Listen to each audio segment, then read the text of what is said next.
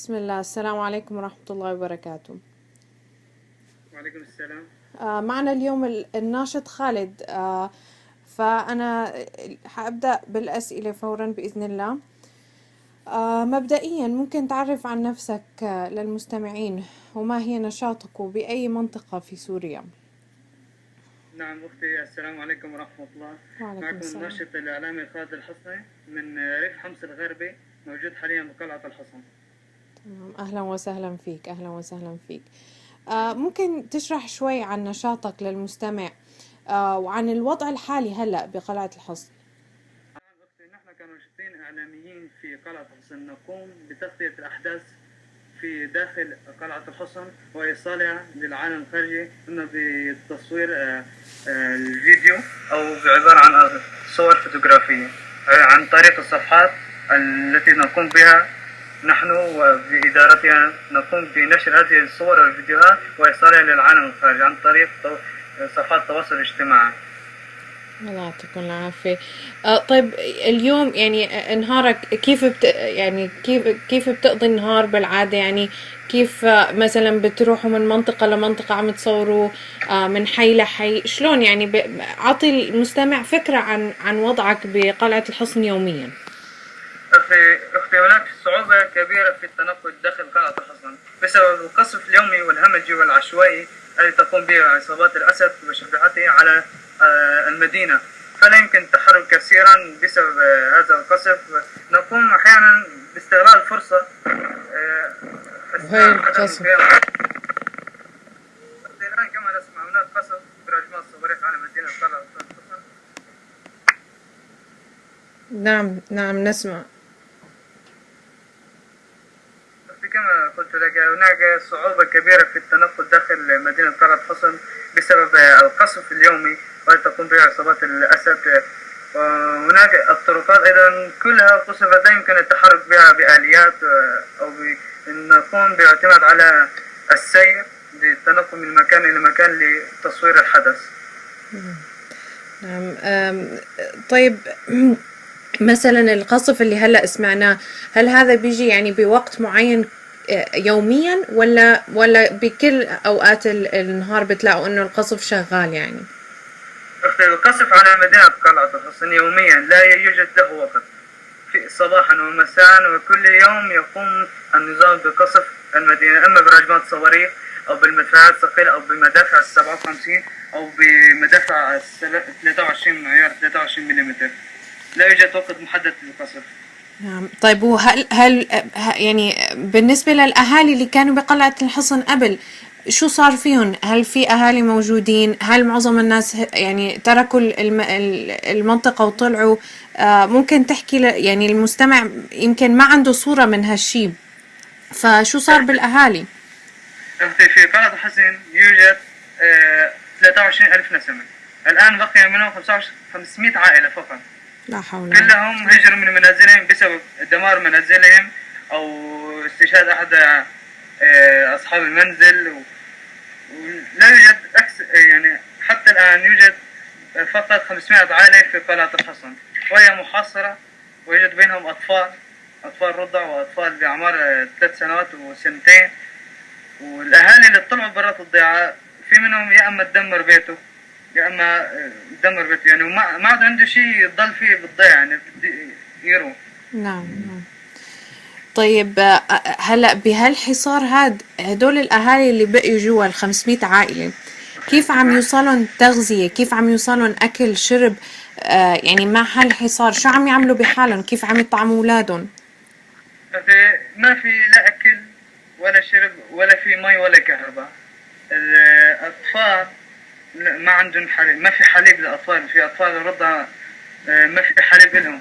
يعني الوضع على الحصن في حصار شديد، خاصة من الحواجز المحيطة، ما فينا ندخل أي شيء ولا يمكن الخروج، وإن خرج حدا بيعتقلوه. الضيعة في يعني مقطوعة من الكهرباء والمياه منذ أكثر من سنتين، وعشي نتج من استهداف الشبيحة لخزانات المياه والكهرباء في المنطقة. الأوضاع المعيشية قلعة الحصن هلا أو الأهالي سيئة جدا، وأكثرهم يأكل وجبة واحدة باليوم وبدون خبز. وهذا بسبب عدم وجود الطحين، وإن وجد فإنه بأسعار باهظة جدا. لا يوجد خبز ولا طحين ولا يوجد بنزين ولا مازوت. الأطفال رضع بحاجة للحليب، يعانون من نقص كبير في المواد الغذائية الحليب. طيب ممكن تشرح للمستمع لأنه يمكن ما يكون عنده فكرة شو المناطق اللي حوالي قلعة الحصن، لأنه عم تقول إنه هدول الحواجز، يعني إنه لتعطي فكرة للمستمع الحواجز اللي بهالمنطقة، يعني مثلا بدو الناس يعرفوا إنه مثلا مدينة الرستن معروفة جدا جدا من يعني التغطية الإعلامية. طب هل أنتوا قديش بتبعدوا مثلا عن منطقة الرستن أو مدينة الرستن؟ هناك في مسافة لا على المسافة بالضبط أكيد، يعني قد النسبة. بس بالنسبة لمنطقة الحصن الحواجز المحيطة بها هي في حواجز بالمدخل الجنوبي والشمالي، وفي أيضا حواجز بمناطق حوالي ضعف وادي النصارى وهي من طائفة المسيحية. هناك منطقة أعناز ومنطقة الحواش ومرمريتا وكفرة. هذه المناطق هي من ضمن وادي النصارى وهي من الطائفة المسيحية. فيها حواجز تقوم بحصار شديد على المدينة. لا يمكن إدخال أي شيء إلى المدينة بسبب هذه الحواجز، يمنع دخول أي شيء بسبب تواجد هذه الحواجز. طيب تفضل. أيضا أختي هذه الحواجز أيضا تقوم بقصف قلعة الحصن يوميا. نعم. طيب هل هاي وادي النصارى هاي المنطقة تعتبر لكن موالية للنظام ولا ضد النظام، يعني ما مو بإيدهم يعني تواجد هالحواجز والقصف اللي عم يصير منها، ولا ما فيها أهالي هلا بقي؟ أختي النظام مسيطر عليها بشكل كامل. نعم. طيب تمام. طب لنرجع للمعاناة الإنسانية. أيوة تفضل أخي. مثل النظام مسيطر بشكل كامل على المنطقة هون وادي النصارى، ومن ضمنها في حواجز بما يسمى جيش الدفاع الوطني. نعم تمام. طيب هلأ لنرجع للوضع الإنساني، يعني اللي قاعد خارج سوريا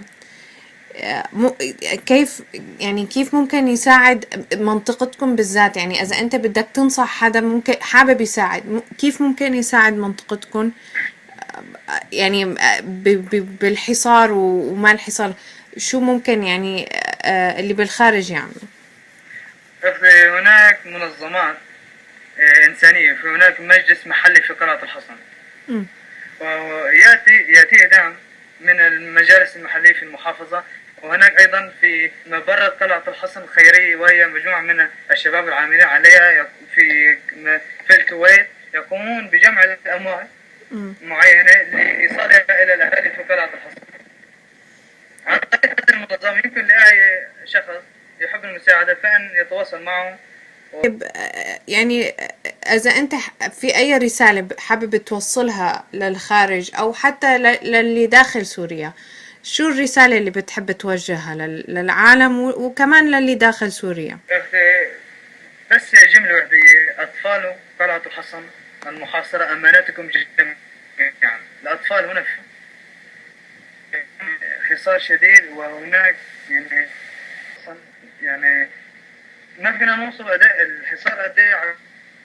ما في قطعة خبز للطفل مشان ياكل، ما في حول ولا قوة إلا بالله. قطعة خبز للطفل مشان ياكل ما في. أطفال رضع بدهم حليب ما في كمان. طلبنا كثير منظمات عشان يقدموا لنا حليب، ما حدا ساعدنا بنوم. طيب تمام شكرا كتير لك. في أي شيء أنا ما سألتك عنه بس بتحس إنه يعني أو مثلا بتحس الإعلام ما عم يغطي من قلعة الحصن أو عن الثورة يعني بشكل عام؟ في هناك تعتيم إعلامي بشكل يعني مو طبيعي عن قلعة الحصن. عم نقدم أخبار وفيديوهات كتير للعالم، بس ما حدا عم يسمعنا بنوم. بس بحب إنه الكل يساعدنا ولو شيء بسيط، يعني ذكر بالإعلام فقط. هلأ مثلا في عندكم قناة عم يشوشك، انت سمعني؟ الو؟ ايه معك. أيوة، عم أقول هل مثلا يعني كيف ممكن يتابعوا أخباركم عن طريقة التواصل الاجتماعي مثلا أحسن شيء عن طريق الفيسبوك؟ إذا بتحب تقول الرابط أو يعني أو تعطينا إياه كمان ممكن يعني نحن نصير ننشر الرابط. في هناك صفحة لنا وهي الأساسية، صفحة تنسيقية أحرار قلعة الحصن. تمام تمام. هي صفحة تنسيقية أحرار قلعة الحصن. هي الصفحة الرئيسية لقلعة الحصن، وهي الصفحة بننشر الأخبار والفيديوهات وكل شيء أحداث بقلعة الحصن. تمام تمام. طيب في أي شيء تاني قبل ما نخلص المقابلة؟ لا، ما عندي شيء. طيب شكرا كتير لك.